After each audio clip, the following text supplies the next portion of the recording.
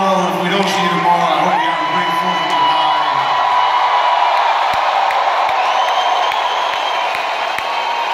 I hope you have a great weekend.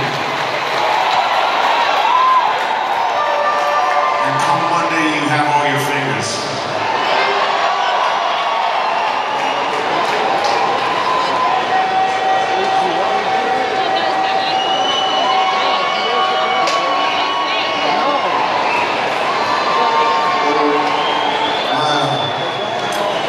My daughters I got 2 girls, but when they were real small,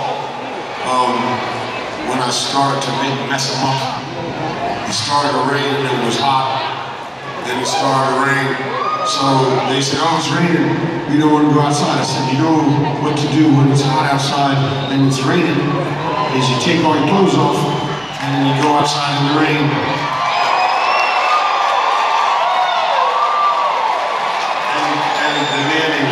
The nanny was pissed.